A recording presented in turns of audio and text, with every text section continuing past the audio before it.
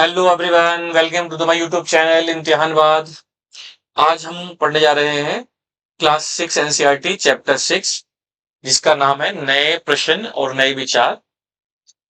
Chapter start करने से पहले मैं आपको एक बात बता देता हूं कि अगर आप इस चैनल पर नए हैं तो आप इस वीडियो को करने से पहले स्टार्टिंग की वीडियो से देखते हुए आएंगे तो आपको अच्छे से समझ में आएगा कि किस पैटर्न पे हम काम कर रहे हैं, किस पैटर्न पे हम चल रहे हैं। और बाकी लोगों से मैं ये उम्मीद रख रहा हूँ कि जो भी अभी इस चैप्टर को, इस वीडियो को देख रहे हैं, तो आपके पास 6 क्लास की एनसीईआरटी की बुक होनी चाहिए, हिस्ट्री की। ठीक है। और कोशिश करिएगा कि आप उसको एक बार पहले अच्छे से रीड कर ले, उसके बाद इस वीडियो को देखेंगे तो आपको ज्यादा अच्छे से समझ में आएगा। देन उसके बाद आपको एक बार चैप्टर को रिवाइज करना है तो आपको और अच्छे से समझ में आएगा। ठीक है। देखिए, आपके पास जो भी बुक है, चाहे वो नई एनसीईआरटी है, पुरानी एनसीईआरटी है, डज नॉट मैटर। ठीक है। आप ये जो प्रश्न, नए प्रश्न नए विचार जो चैप्टर है, आप इसको निकाल लीजिएगा। किसी में ये नंबर 6 पर होगा, किसी में ये नंबर 7 पर होगा। ठीक है। चलिए शुरू करते हैं।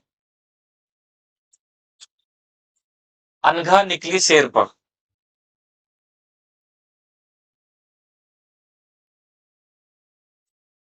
एक मिनट रुकिएगा जरा, पेन नहीं आ रहा हमारा।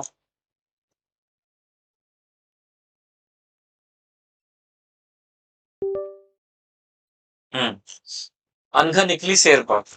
अनघा आज पहली बार अपने विद्यालय से शेर पर जा रही थी।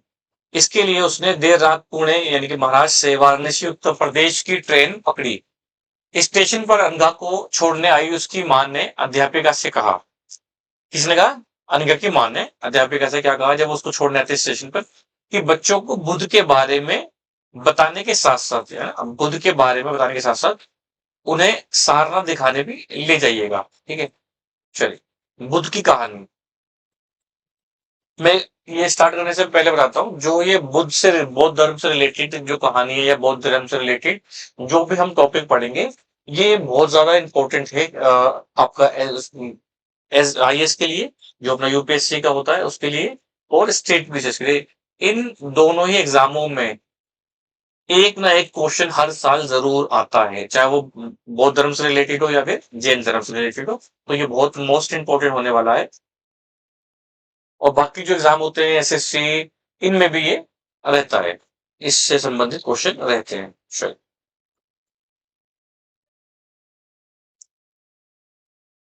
बुद्ध की कहानी। बौद्ध धर्म के संस्थापक सिद्धार्थ थे, जिन्हें गौतम के नाम से भी जाना जाता है। उनका जन्म लगभग 2500 वर्ष पूर्व हुआ था।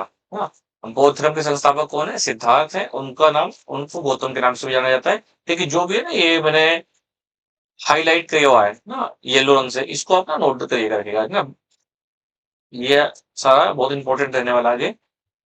ये वह समय था जब लोगों के जीवन में तेजी से परिवर्तन हो रहे थे। कब हो रहे थे? बुद्ध के समय में। हाँ? जैसे कि तुमने अध्याय 5 में पढ़ा, महाजनपदों के कुछ राजा इस समय बहुत शक्तिशाली हो गए थे। हजारों सालों के बाद फिर से नगर उभर रहे थे। गांवों के जीवन में भी बदलाव आ रहा था। अध्याय 9 देखो। बहुत से विचारक इन परिवर्तनों को समझने का प्रयास कर रहे थे। वे जीवन के सच्चे अर्थ को भी जानना चाह रहे थे। ठीक है। इसमें क्या बता रहे हैं कि नगर उभर रहे हैं, गांवों के जीवन में बदलाव आ रहे हैं, महाजनपद बहुत ज्यादा शक्तिशाली हो रहे हैं। तो इससे क्या हो रहा है? ये शहरी जीवन को अंकित कर रहा है, जितने भी ये सिम्टम्स हैं। तो इसको जो ये बुद्ध काल है, इसको ये सुख काल कहा जाता है, इसी को महाजनपद काल भी कहा जाता है ना। इसको ही बुद्ध काल भी कहा जाता है। और ये सेकंड सिविलाइजेशन है जो शहरीकरण होता है। जो पहला था सिंधु घाटी सभ्यता, और सेकंड होता है सुक्त काल या बुद्ध काल या महाजनपद काल। इसको सेकंड सिविलाइजेशन कहा जाता है, यानी कि सेकंड नगरीकरण। ठीक है। चलिए, बुद्ध क्षत्रिय थे तथा शाक्य नामक एक छोटे से गण से संबंधित थे। देखिए, बुद्ध क्षत्रिय है और शाक्य से संबंधित है ना। युवा अवस्था में ही ज्ञान की खोज में उन्होंने घर के सुखों को छोड़ दिया। अनेक वर्षों तक वे भ्रमण करते रहे तथा अन्य विचारकों से मिलकर चर्चा करते रहे। अंततः ज्ञान प्राप्ति के लिए उन्होंने स्वयं ही रास्ता ढूंढने का निश्चय किया। यानी कि वे भ्रमण करते रहे, सुखों को, घर को छोड़ दिया, उन्होंने घर का त्याग किया, भ्रमण करने लगे, लेकिन उसके बाद जब उनको कुछ हासिल नहीं हुआ, तब उन्होंने क्या करा, स्वयं ही रास्ता, ज्ञान की प्राप्ति के लिए स्वयं रास्ता ढूंढने का निश्चय किया। इसके लिए उन्होंने बोध गया, बिहार में एक पीपल के नीचे कई दिनों तक तपस्या की। ना, कहां पर तपस्या की? बोध गया में पीपल के पेड़ के नीचे। अंततः उन्हें ज्ञान प्राप्त हुआ। इसके बाद से वे बुद्ध के रूप में जाने गए। ना, पहले क्या थे वो? सिद्धार्थ या गौतम के नाम से जाने जाते थे, लेकिन जब ज्ञान ज्ञान की प्राप्ति हो जाती है उनको, तब वे बुद्ध के रूप में जाने गए। ठीक है। यहाँ से वे वाराणसी के निकट स्थित सारनाथ गए ना, ऊपर पढ़ा था ना सारनाथ के बारे में। जब उनको ज्ञान की प्राप्ति हुई तो सबसे पहले कहाँ गए? वे सारनाथ गए, वाराणसी के पास एक जगह सारनाथ, वहां गए, जहां उन्होंने पहली बार उपदेश दिया। पहली बार उपदेश कहाँ दिया? सारनाथ में, है ना। ये सब नोट करिएगा। कुशीनारा में मृत्यु से पहले का शेष जीवन उन्होंने पैदल ही एक स्थान से दूसरे स्थान की यात्रा करने और लोगों को शिक्षा देने में व्यतीत किया। ठीक है, चलिए आगे चलते हैं।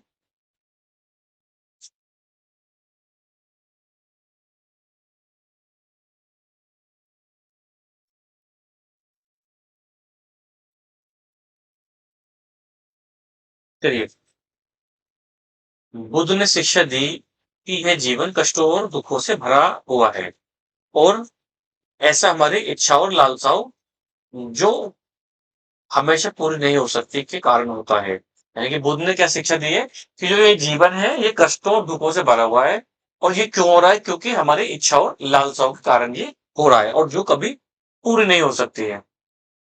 कभी कभी हम जो चाहते हैं वह प्राप्त कर लेने के बाद भी संतुष्ट नहीं होते हैं। देखिए कितनी बड़ी लाइन बोली है कि समटाइम क्या होता है कि हम जो चाहते हैं, अगर हमने वो प्राप्त कर लिया, उसके बाद भी हम सेटिस्फाई नहीं हो पाते हैं, एवं अधिक अथवा अन्य वस्तुओं को पाने की इच्छा करने लगते हैं।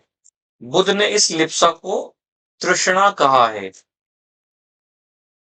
बुद्ध ने शिक्षा दी कि आत्म संयम संयम अपनाकर हम ऐसी लालसा से मुक्ति पा सकते हैं। ठीक है, ठीक है। अब ये बता रहे हैं कि जो एक हमारा जो जीवन है वो दुख और कष्टों से भरा हुआ है ना, और ये क्यों होता है? क्योंकि हमारी इच्छा और लालसाओं के द्वारा। क्योंकि कई बार क्या होता है, जो हम चाहते हैं वो प्राप्त कर लेते हैं, और वो प्राप्त करने के बाद भी जब वो उस चीज को हम हासिल कर लेते हैं, उसके बाद भी हमें और अधिक की चाहत होती है, हम संतुष्ट नहीं हो पाते हैं।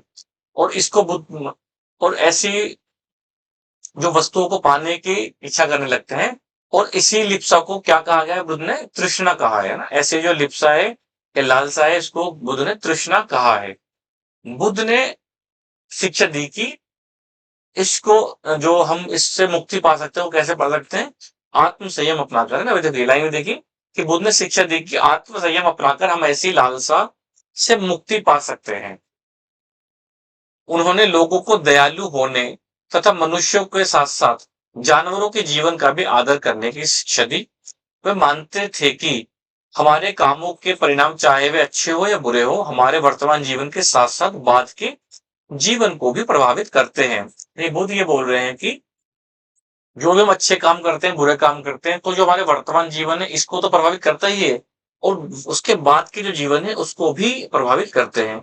और उन्होंने मनुष्य के साथ साथ जानवरों के जीवन को भी आदर, रिस्पेक्ट देने की बात कह रहे हैं वो।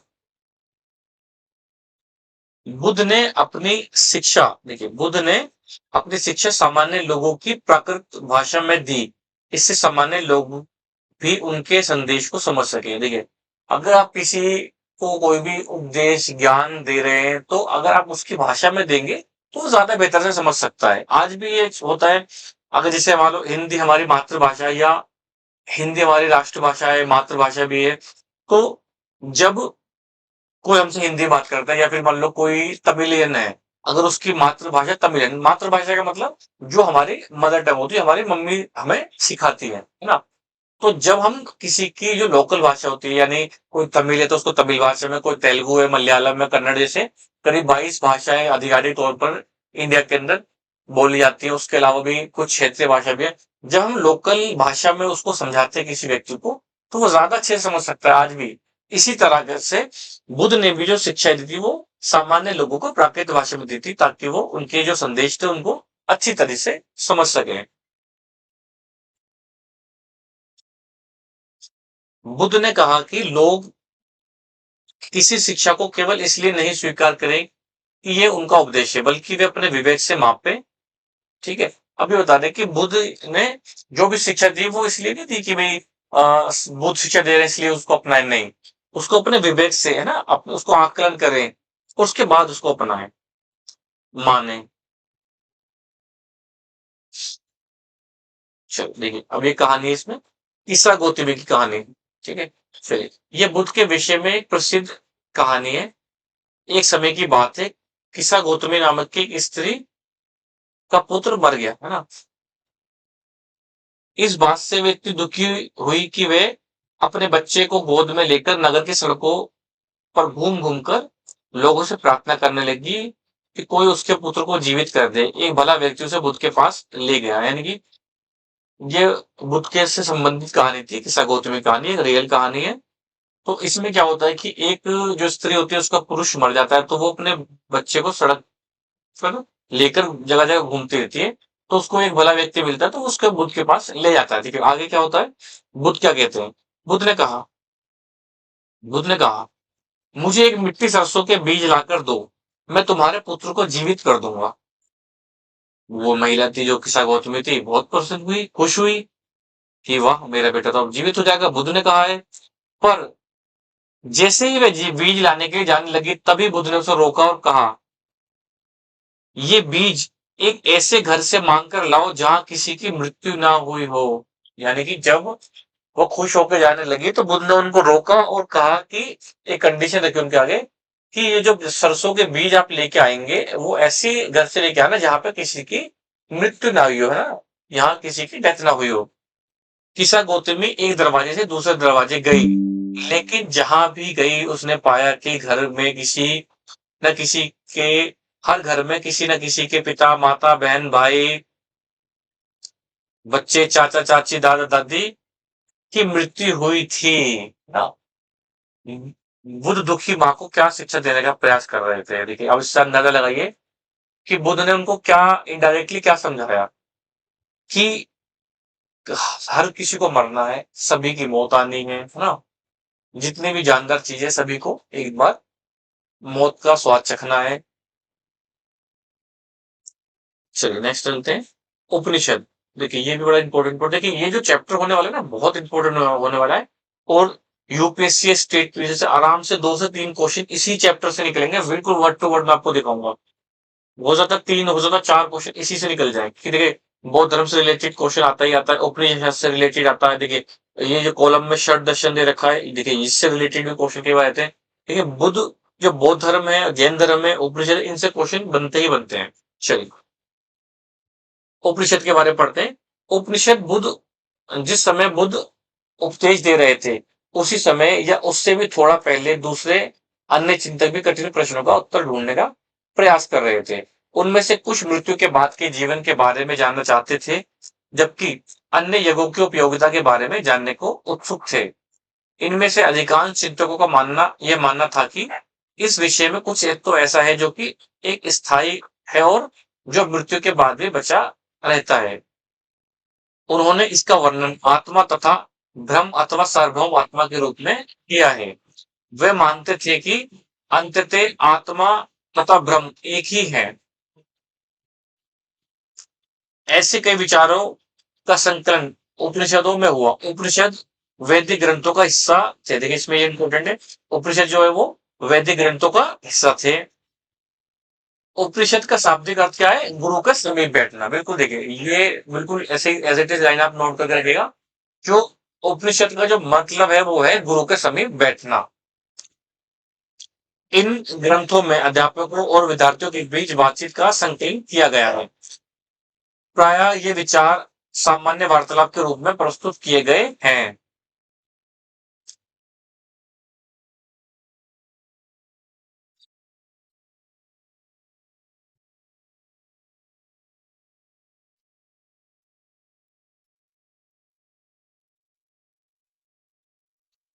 इसी पैरों को पहले कंप्लीट करते हैं, फिर उसके बाद मैं आपको आर्टिकल पे लेके चलता हूँ, जो आर्टिकल ऊपर छोटे हैं। इन चर्चाओं में भाग लेने वाले अधिकांश पुरुष ब्राह्मण तथा राजा होते थे, कि जो उनमें भाग लेते थे चर्चाओं में, जो उपनिषद से संबंधित थे, उनमें कौन थे? पुरुष ब्राह्मण और राजा थे। कभी कभी गार्गी जैसी स्त्री विचारकों का भी उल्लेख मिलता है कि जो गार्गी है ना, ये विदुषी महिला है ना, तो इनका भी आपको क्वेश्चन, आपको प्रीवियस ईयर या पीवाई को जब आपको दिखाऊंगा तो इसमें इनसे संबंधित क्वेश्चन बनते हैं। ठीक है, ये भी नोट करके रखिएगा आप।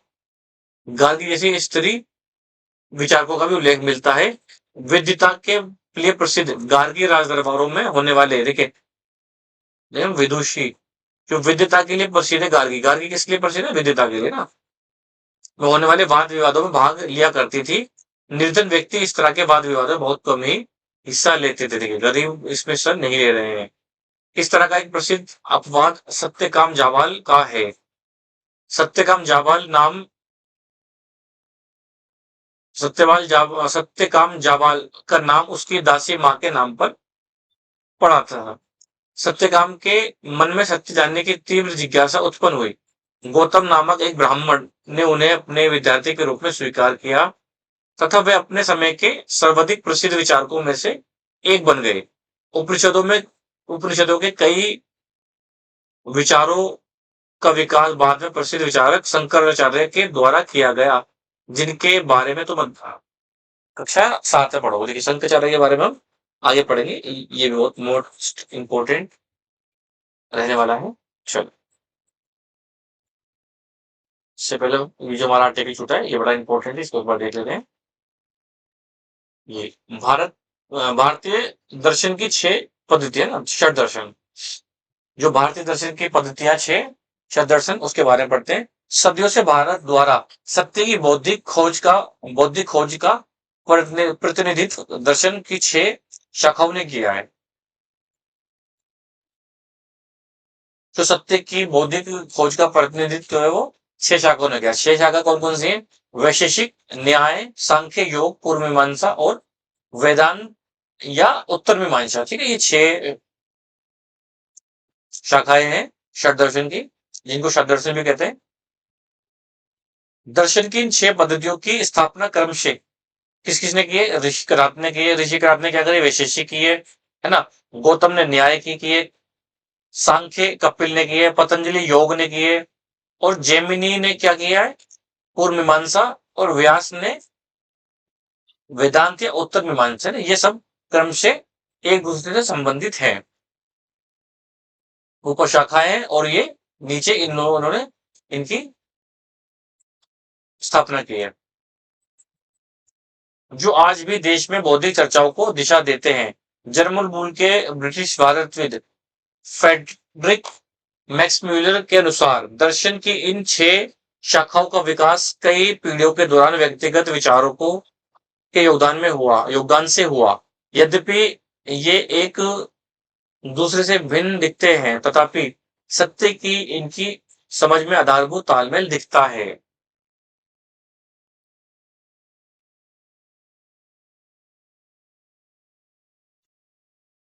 चलिए, ये कहानी है एक बुद्धिमान भिखारी की, एक बार कर लेते हैं तो भी। ये वार्तालाप छंदोग्य उपनिषद नामक प्रसिद्ध उपनिषद की कहानी पर आधारित है ना। एक उपनिषद है ये, छंदोग्य उपनिषद, इसकी कहानी है ये। शौनक व अभिप्रदारिण नामक 2 ऋषि सार्वभौम आत्मा की उपासना करते थे। 2 ऋषि है, क्या क्या नाम है उनके? शौनक और, देखिए एक है शौनक, एक है ये अभिप्रतारिणी। 2 ऋषि हैं जो किसकी उपासना करते हैं? वो सार्वभौम आत्मा की उपासना करते हैं। एक बार जो ही वे भोजन करने के लिए बैठे, एक भिखारी आया और उनसे भोजन मांगने लगा। शौनक ने कहा, हम तुम्हें कुछ नहीं दे सकते।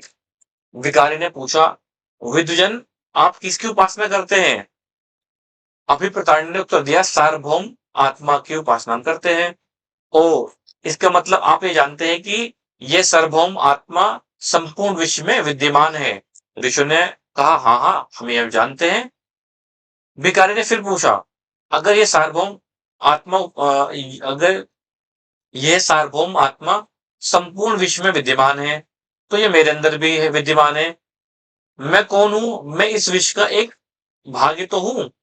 तुम सत्य बोलते हो युवा ब्राह्मण। ये किसने कहा? ये ऋषियों ने कहा, शौनक ने और अभिप्रतारिणी ने कहा। इसलिए हे ऋषियों, मुझे भोजन न देकर आप उस सार्वभौम आत्मा को भोजन देने से मना कर रहे हैं। भिखारी की बात की सच्चाई जानकर ऋषियों ने उसे भोजन करने दिया ना। देखिए, भिखारी कितना बुद्धिमान है। उनने ऋषियों से पूछा कि आप किसकी उपासना करते हो? उन्होंने बोला सार्वभौम आत्मा की। और फिर भिखारी बोलता है कि जो आप ये मानते हैं कि जो जो सार्वभौम आत्मा है वह पूरे विश्व में विद्यमान है? कि हाँ, हम जानते हैं। और मैं भी इसका पार्ट हूं, मतलब इसका भाग हूं। तो आप इनडायरेक्टली सार्वभौम आत्मा को मना कर रहे हैं भोजन देने से। तो ये सुनकर ऋषियों ने भोजन करने दिया। आगे चलते हैं नेक्स्ट टॉपिक पे। देखिए, जो ये आर्टिकल आते हैं ना, इनको भी आप एक बार ना रीड करना जरूर रहता है। कई बार इनमें बड़ी इंपॉर्टेंट चीज रहती है। देखिए, ये आ गया। देखिए, ये भी बहुत इंपॉर्टेंट है। ये है व्याकरण विद पाणिनि। ठीक है, इससे संबंधित भी आपको जैसे जो यूपीएससी है और स्टेट पीसीएस है या और भी एग्जाम है, तो अक्सर ये लोग पूछते हैं। नाम दे देंगे और लेखक का नाम पूछ लेते हैं। कई बार बुक का बुक दे देंगे, लेखक का नाम पूछेंगे। कई बार लेखक का नाम दे देंगे, इनसे संबंधित बुक पूछ लेते हैं। ठीक है, व्याकरण विद पाणिनि है ना। तो जब भी व्याकरण का नाम आ गया तो वो किसने लिखी है? पाणिनि ने लिखी है। एक बार पढ़ लेते हैं पूरा आर्टिकल। इस युग में कुछ अन्य विद्वान भी खोज कर रहे थे। उन्हीं प्रसिद्ध विद्वानों में एक पाणिनि ने संस्कृत भाषा के व्याकरण की रचना की है ना। संस्कृत भाषा के व्याकरण की रचना किसने की है? पाणिनि ने की है। उन्होंने स्वरों तथा व्यंजनों के एक विशेष क्रम में रखकर उनके आधार पर सूत्रों की रचना की। ये सूत्र बीज गणित के सूत्रों से काफी मिलते जुलते हैं। इस प्रयोग कर उन्होंने संस्कृत भाषा के प्रयोग के लिए नियम लागू लघु सूत्रों लगभग 3000 के रूप में लिखे। देखिए, इसमें जो मेन इंपॉर्टेंट है केवल यही है कि पाणिनि ने जो रचना की है वो किसकी की है? वो व्याकरण की है, संस्कृत भाषा में के व्याकरण की रचना की है। ठीक है, मेन इंपॉर्टेंट इस पे यही है केवल। चलिए, अब हमारा आ गया जैन धर्म ना। देखिए, जैन धर्म भी इंपॉर्टेंट है। इससे भी एक क्वेश्चन देखने को मिलता है हमेशा। इसी युग में देखिए, जैन धर्म इसी युग में यानी कि इसी युग में अर्थात लगभग 2500 वर्ष पूर्व जैन धर्म के 24वें तथा अंतिम तीर्थकर वर्धमान महावीर ने भी अपने विचारों का प्रसार किया। यानी कि इसी युग में सुक्त काल के आसपास की बात है ये, बुद्ध काल के बाद के आसपास बात है ये। और इससे 2500 वर्ष पूर्व यानी कि जब ये सुक्त काल है उससे 2500 वर्ष जब आप पहले जाएंगे उसकी बातें कर रहे हैं। क्योंकि देखिए, 24वें तीर्थकर है यानी कि इनके जो फर्स्ट जो पहले तीर्थकर होंगे वो 2500 वर्ष पूर्व होंगे। 2500 वर्ष के बाद में 24वें तीर्थकर आए जिनका नाम है वर्धमान महावीर। इन्होंने अपने विचारों का प्रसार किया। ये वज्जी संघ के लिच्छवी कुल के एक क्षत्रिय राजकुमार थे। देखिए, जो वर्धमान महावीर है वो किससे संबंधित है? वो वज्जी संघ के लिच्छवी कुल से संबंधित राजकुमार है। ठीक है, देखिए, आपने अभी ऊपर देखा था ना कि जो महावीर जो सिद्धार्थ थे जो बुद्ध के नाम से जाने गए, उनके बारे में आपने पढ़ा था। तो वो भी किसी वो शाक्य रामा के छोटे से गण से संबंधित थे, है ना। जो बुद्ध थे वो किससे संबंधित थे? वे शाक्य गण से संबंधित थे। और जो ये हमारे वर्धमान महावीर जैन है, ये किससे संबंधित है? ये लिच्छवी कुल से संबंधित है। इस संघ के विषय में तुमने अध्याय 5 में पढ़ा है। 30 वर्ष की आयु में उन्होंने घर छोड़ दिया और जंगल में रहने लगे। 12 वर्ष तक उन्होंने कठिन तप व एकाकी जीवन व्यतीत किया। इसके बाद उन्हें ज्ञान की प्राप्ति हुई। देखिए, बुद्ध ने भी घर छोड़ा और जैन ने भी, जो वर्धमान महावीर थे, इन्होंने भी घर छोड़ा और जवानी में ही घर छोड़ा और उसके बाद कठिन तपस्या करने के बाद इनको अपने ज्ञान की प्राप्ति हुई। उनकी शिक्षा सरल थी। सत्य जानने की इच्छा रखने वाले प्रत्येक स्त्री व पुरुष को अपना घर छोड़ देना चाहिए। देखिए, जो भी सत्य जानना चाहता है ये बता रहे हैं कि उनको अपना घर छोड़ देना चाहिए। उन्हें अंतिम उन्हें अहिंसा के नियमों को कड़ाई उन्हें अहिंसा के नियमों का कड़ाई से पालन करना चाहिए। अर्थात किसी भी जीव को ना तो कष्ट देना चाहिए और ना ही उसकी हत्या करनी चाहिए। देखिए, जो जैन धर्म है ये अहिंसा पे बल दे रहा है। देखिए, अहिंसा पर बल बौद्ध धर्म भी देगा, लेकिन जो जैन धर्म होगा ये कुछ ज्यादा ही थोड़ा बल देता है कंपैरिजन टू बौद्ध धर्म। महावीर का कहना था, सभी जीव जीना चाहते हैं, सभी के लिए जीवन प्रिय है। महावीर ने अपनी शिक्षा प्राकृतिक भाषा में दी। यही कारण है कि साधारण जन भी तथा तथा उनके अनुयायियों की शिक्षाओं को समझ सके। देश के अलग अलग हिस्सों में प्राकृतिक के अलग अलग रूप में, नहीं ये बोल रहे हैं कि हाँ, देश के अलग अलग हिस्सों में प्राकृतिक के अलग अलग रूप प्रचलित थे। प्रचलन के क्षेत्र के आधार पर ही उनके अलग अलग नाम थे। जैसे मगध में बोली जाने वाली प्राकृतिक मगधी कहलाती थी। यानी कि बता रहे हैं कि जो वर्तमान महावीर है या इनका या अनुयायी जो थे, उन्होंने जो शिक्षा दी वो लोकल भाषा में दी, जैसे भगवान बुद्ध ने दी, उसी तरह दी।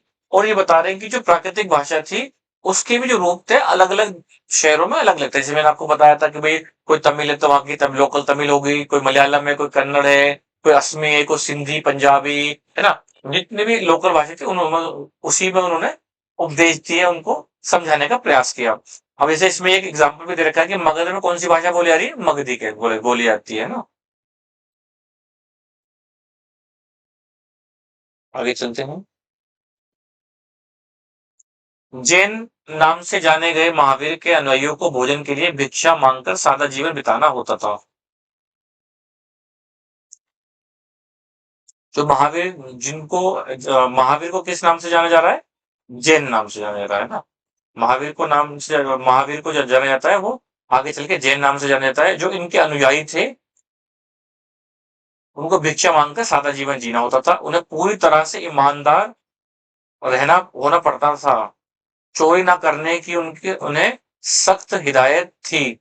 उन्हें ब्रह्मचर्य का पालन करना होता था।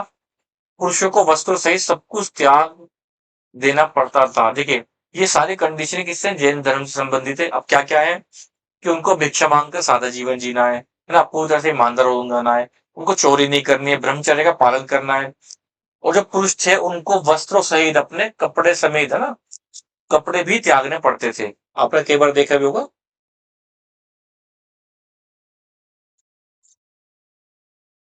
अधिकांश व्यक्तियों के लिए ऐसे कड़े नियमों का पालन करना बहुत कठिन था। फिर भी हजारों व्यक्तियों ने इस जीवन शैली को जानने और सीखने के लिए अपने घरों को छोड़ दिया। कई अपने घरों में ही रहे और भिक्षु भिक्षुणी बने लोगों को भोजन प्रदान कर उनकी सहायता करने लगे। यानी कि जो इनके नियम पालन थे बहुत ज्यादा कठिन थे, लेकिन उसके बावजूद भी कुछ लोगों ने उसको फॉलो किया, उनको माना।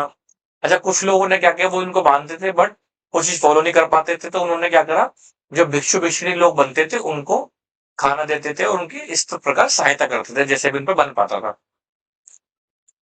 मुख्यतः व्यापारियों ने जैन धर्म का समर्थन किया, है ना। किसानों के लिए इन नियमों का पालन अत्यंत कठिन था, क्योंकि फसल की रक्षा के लिए उन्हें कीड़े मकोड़ों को मारना पड़ता था। जो व्यापारी वर्ग था, उन्होंने जैन धर्म को समर्थन दिया, लेकिन किसान के लिए मजबूरी था, क्योंकि उनको अपनी फसल बचाने तो कुछ कीड़े मकोड़ों को मारना पड़ता था। लेकिन जबकि जैन धर्म में क्या है कि वे मानते थे कि कण कण में आत्मा है, वो तो पत्थर में भी आत्मा की बात करते हैं, तो वो इसको अलाउ कैसे कर सकते, तो किसानों के लिए बड़ा मुश्किल था जैन धर्म अपनाना। बाद की सदियों में जैन धर्म उत्तर भारत के कई हिस्सों के साथ साथ गुजरात, तमिल और कर्नाटक में भी फैल गया।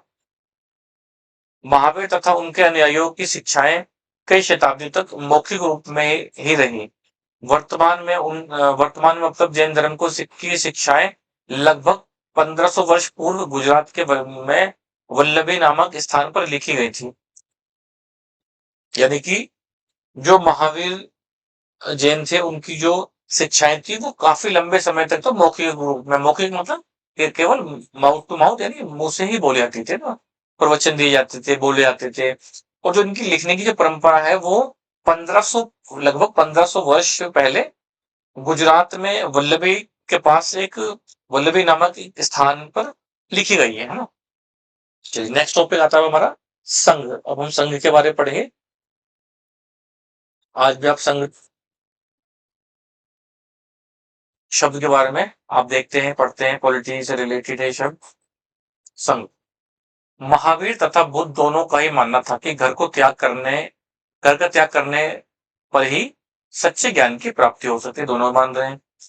ऐसे लोगों के लिए उन्होंने संघ नामक संगठन बनाया। संघ नामक एक संगठन, संघ मतलब संघ क्या है? एक संगठन है, जहां पर घर त्याग करने वाले लोग एक साथ रह सकते हैं। दोनों का ही मानना था कि अगर आपको ज्ञान प्राप्त करना तो आपको घर छोड़ना पड़ेगा।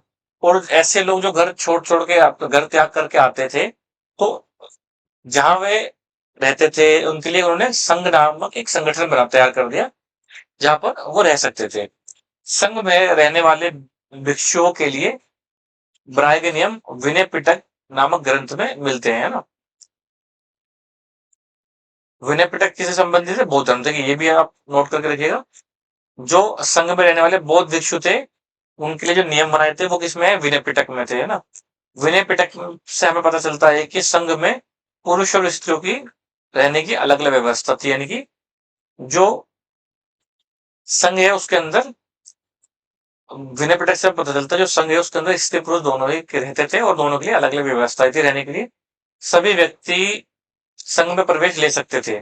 हालांकि संघ में प्रवेश के लिए बच्चों को अपने माता पिता से, दासों को अपने स्वामी से, राजा के यहाँ काम करने वाले लोगों को राजा से, कर्जदारों को अपने देनदारों से अनुमति लेनी होती थी, तथा स्त्री को इसके लिए अपने पति से अनुमति लेनी होती थी। यानी कि जो भी इस संघ में आना चाहता था तो उनको क्या क्या करना पड़ता था? अगर कोई बच्चा है तो उसको अपने माता पिता से परमिशन लेनी है, अगर कोई दास है तो अपने स्वामी से लेगा, अगर कोई व्यक्ति राजा के घर पे काम करता है तो उसको राजा से परमिशन लेनी पड़ रही है, कर्जदार है तो उसको जिनके लिए प्रति उसकी देनदारी उनसे परमिशन लेनी होती थी। तो अगर कोई स्त्री है तो उसको अपने हस्बैंड से प्रति से अनुमति लेनी पड़ती थी, तो उसके बाद ही वो संघ में प्रवेश कर सकती थी, according according to the Vinaya Pitaka.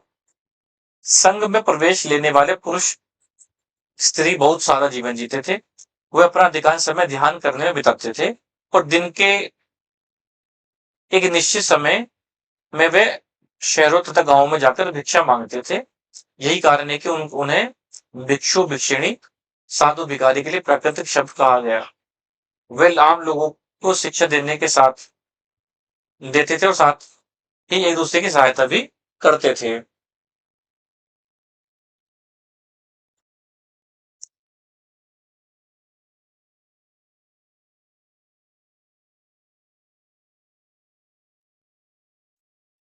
किसी तरह किसी तरह की आपसी लड़ाई का निपटारा करने के लिए वे प्राय बैठकें भी करते थे, है ना। यानी कि जो भिक्षु भिक्षुणी बनते थे, एक तय समय पर जो भिक्षा मांगने जाते थे और लोग उनको भोजन देते थे, वो भोजन के बदले उनको उपदेश देते थे, शिक्षा देते थे, है ना। और जो आपसी लड़ाई होती थी उसको निपटाने के लिए वो बैठकें करते थे, मीटिंग्स करते थे। संघ में प्रवेश लेने वालों में ब्राह्मण, क्षत्रिय, व्यापारी, मजदूर, नाई, गणिकाएं, दास शामिल थे, है ना। संघ में ये लोग, ये सारे वर्ग प्रवेश ले रहे हैं। इनमें से कई लोगों ने बुद्ध की शिक्षाओं के विषय में लिखा तथा कुछ लोगों ने संघ में अपने जीवन के विषय में सुंदर कविताओं की रचना की। नेक्स्ट टॉपिक है हमारा विहार। ठीक है, एक मिनट रुकिएगा, थोड़ा पानी पी लेता हूँ मैं। सॉरी।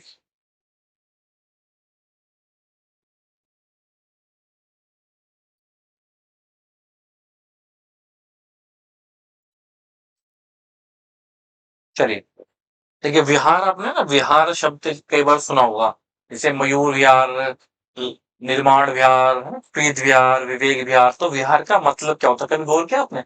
चलिए समझते हैं। जैन तथा बौद्ध भिक्षु पूरे साल एक स्थान से दूसरे स्थान घूमते हुए उपदेश दिया करते थे, जैन और बौद्ध दोनों। केवल वर्षा ऋतु में जब यात्रा करना कठिन हो जाता था तो वे एक स्थान पर ही निवास करते थे। ऐसे समय में वे अपने अनुयायियों द्वारा उद्यानों में बनाए गए अस्थायी निवासों में अथवा पहाड़ी क्षेत्रों की प्राकृतिक गुफाओं में रहते थे। जैसे जैसे समय बीतता गया, भिक्षु भिक्षु ने स्वयं तथा उनके समर्थकों ने अधिक स्थायी शरण स्थलों की आवश्यकता का अनुभव किया। यानी कि बता रहे हैं जो जो जैन और बौद्ध भिक्षु थे वो पूरे साल एक स्थान से दूसरे स्थान घूमते थे। और जब वर्षा ऋतु होती थी उस टाइम पे वो टेम्परेरी कुछ गुफाओं के अंदर लोग उनके रहने के स्थल थे, है ना, वहां पे वो ठहरते थे, जो उनके अनुयायियों द्वारा बनाए गए थे, है ना।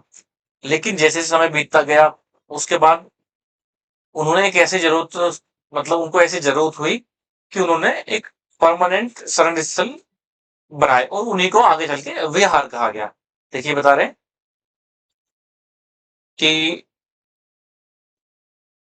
जैसे जैसे समय बीतता गया भिक्षु भिक्षुओं ने स्वयं तथा उनके समर्थकों ने अधिक स्थायी शरण स्थलों की आवश्यकता का अनुभव किया। तब कई शरण स्थल बनाए गए जिन्हें विहार कहा गया। आरंभिक विहार लकड़ी के बनाए गए, बाद में इनके निर्माण में ईंटों का प्रयोग होने लगा। पश्चिम भारत में विशेष रूप से विहार पहाड़ियों को खोदकर बनाए गए ना। तो विहार बना गया। विहार किस किस के हैं? विहार लकड़ी के भी हो सकते थे ना, पहाड़ों को काटकर बनाए गए, ईंटों के भी हो रहे हैं। और ये बता रहे हैं कि जो पश्चिम भारत है, हमारा कश्मीर के पास वाला जो रीजन है, इसमें विहारों को, क्योंकि पहाड़ी क्षेत्र था, तो पहाड़ियों को खोद कर बनाए गए हैं विहार।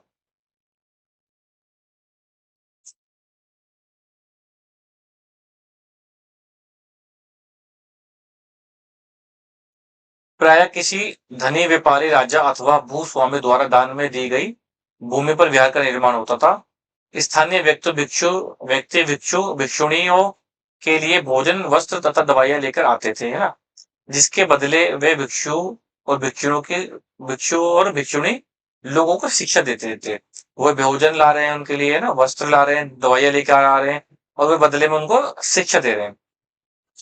आगे आने वाली शताब्दियों में बौद्ध धर्म उपमहाद्वीप के विभिन्न हिस्सों के साथ साथ बाहरी क्षेत्रों में भी फैल गया। हम इसके बारे में अध्याय 9 में पढ़ेंगे। यानी जो आने वाला समय था, जो भारतीय उपमहाद्वीप के बाहर भी बौद्ध धर्म फैलता है। एक एक बौद्ध ग्रंथ से ज्ञात होता है कि क्या है, जिस तरह महासागरों में मिलने पर नदियों की अलग अलग पहचान समाप्त हो जाती है, ठीक उसी तरह बुद्ध के अनुयायी जब भिक्षुओं की श्रेणी में प्रवेश करते हैं तो वे अपना वर्ण, जाति, ना श्रेणी, परिवार सब त्याग देते हैं। यानी कि बता रहे हैं कि जब जिस तरह नदियां निकलती हैं, चाहे वो हिमालय नदियां हैं या कहीं से भी नदियां निकलती हैं, जब वो समुद्र में मिलती हैं तो वे अपनी पहचान खो देती हैं, वो समुद्र का हिस्सा हो जाती है। ठीक उसी प्रकार जब कोई अनुयायी जो भिक्षुओं की श्रेणी में जैसे आता है तो अपना धर्म, ना, जो अपना उसका वर्ण होता है, उसका श्रेणी होता है, परिवार सब त्याग देता है, वो सिर्फ केवल भिक्षु कहलाता है। चलिए अब देखिए लास्ट ये पैरा हमारा आश्रम व्यवस्था है ना। आपने आश्रम का नाम तो सुना होगा। आजकल तो आज ये आश्रम जो वेब सीरीज है वो भी काफी फेमस चल रही है। चलिए, जैन तथा बौद्ध धर्म जिस समय लोकप्रिय हो रहे थे, लगभग उसी समय ब्राह्मणों ने आश्रम व्यवस्था का विकास किया ना। जिस टाइम जैन और बौद्ध धर्म जो पॉपुलर हो रहे, उसी टाइम पर जो ब्राह्मण थे उन्होंने आश्रम व्यवस्था को डेवलप किया। यहाँ आश्रम शब्द का तात्पर्य लोगों द्वारा रहने तथा ध्यान करने के लिए प्रयोग में आने वाले स्थान से नहीं है, बल्कि इसका तात्पर्य जीवन के एक चरण से है। यानी कि आज आश्रम को क्या बताते हैं? आश्रम का जो मतलब है आज के समय में वो है रहने के लिए माना जाता है ना, आज के ध्यान के लिए माना जाता है, रहने के लिए माना जाता है। लेकिन उस टाइम पे जो उसका मतलब होता था वो होता है जीवन के चरण से था, जो ना आश्रम व्यवस्था। ठीक है, अब इसमें क्या चार व्यवस्था होती थी ना, चार आश्रम होते थे, ब्रह्मचर्य, गृहस्थ, वानप्रस्थ और संन्यास। चार आश्रम होते थे। अब ब्रह्मचर्य का मतलब क्या आता है? क्षत्रिय तथा वैश्य से यह अपेक्षा की जाती थी कि इस चरण के दौरान वे सादा जीवन बिताकर वेदों का अध्ययन करेंगे। ठीक है, कौन है? ब्रह्मचर्य वाले आश्रम में। गृहस्थ में क्या है कि आश्रम के अंतर्गत उन्हें विवाह कर एक गृहस्थ के रूप में रहना होता था। ठीक है, ये कौन है? गृहस्थ आश्रम में, है ना। अब वानप्रस्थ के अंदर क्या हो रहा है कि जंगल में रहकर सभी साथ देकर साधना करनी होती है वानप्रस्थ के अंदर ना। वन मतलब जंगल, और वानप्रस्थ मतलब जो जंगल के अंदर, जो जंगल के अंदर जो आश्रम व्यवस्था उसके बारे में बात कर रहे हैं। अंततः उन्हें सब कुछ त्याग कर सन्यासी बन जाना था। आश्रम व्यवस्था ने लोगों को अपने जीवन का कुछ हिस्सा ध्यान में लगाने पर बल दिया। ठीक है। प्रायः स्त्रियों को वेद पढ़ने की अनुमति नहीं थी और उन्हें अपने पतियों तथा द्वारा पालन किए जाने वाले आश्रम का अनुसरण करना होता था। यानी कि जिस आश्रम का पालन उनके पति करेंगे, स्त्रियों को भी उनका पालन करना होता था। उनको वेद पढ़ने की अनुमति नहीं थी। इससे हमें पता चलता है कि महिलाओं की स्थिति इस काल में इतनी अच्छी नहीं थी। चलिए, अब यहाँ से हमारा चैप्टर ये समाप्त होता है। आशा करता हूँ आपको ये हमारी वीडियो पसंद आई होगी, और अगर आपको इसमें कुछ डाउट है तो आप हमें कमेंट बॉक्स में आप हमें हमसे पूछ सकते हैं, और अगर इससे रिलेटेड आपको शॉर्ट्स नोट्स चाहिए तो आप एक बार हमें मैसेज कर दीजिएगा। हम आपको प्रोवाइड करवाएंगे, चाहे वो हिंदी मीडियम के में है या आप इंग्लिश मीडियम में, या आप इंग्लिश में है, हिंदी में समझ के इंग्लिश में आप एग्जाम देने वाले हैं, और ये आपके सभी एग्जाम के लिए सफिशियंट होने वाला है। चलिए,